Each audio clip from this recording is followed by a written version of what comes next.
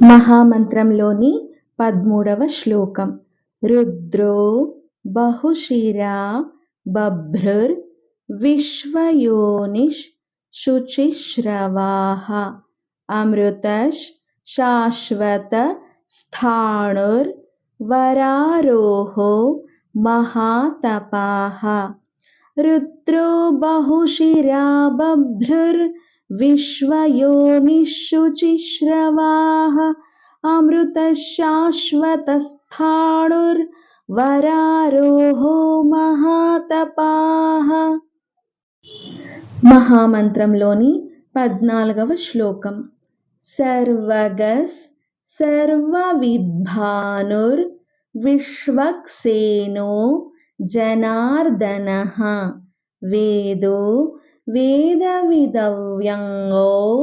వేదాంగో వేదవిత్కవిః. సర్వగః సర్వవిద్భానుర్ విశ్వక్సేనో జనార్దనః వేదో వేదవిదవ్యంగో వేదాంగో వేదవిత్కవిః. మహామంత్రంలోని 15వ శ్లోకం. లోకాధ్యక్షస్ సురాధ్యక్షో ధర్మాధ్యక్షః కృతాకృతః చతురాత్మా చతుర్వ్యూహశ్చ చతుర్దంష్ట్రశ్చ చతుర్భుజః. లోకాధ్యక్షः సురాధ్యక్షో ధర్మాధ్యక్షः కృతాకృతః చతురాత్మా చతుర్వ్యూహశ్చ చతుర్దంష్ట్రశ్చ చతుర్భుజః. మహామంత్రంలోని 16వ శ్లోకం. భ్రాజిష్ణుర్ భోజనం భోక్తా సహిష్ణుర్ జగదాదిజః అనఘో విజయో జేతా విశ్వయోని పునర్వసుః.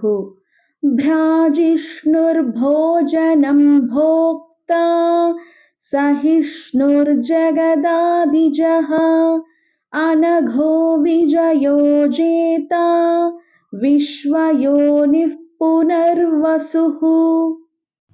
ఈ వీడియో మీకు నచ్చినట్లయితే లైక్ చేయండి, షేర్ చేయండి.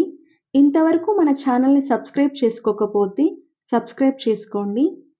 మనము అలాగే మన భావితరాల వాళ్ళు ఈ విష్ణు సహస్రనామ స్తోత్రాన్ని ఎలాంటి తప్పులు లేకుండా ఉచ్చరించాలని ఆశిస్తూ ఓం నమో నారాయణాయ.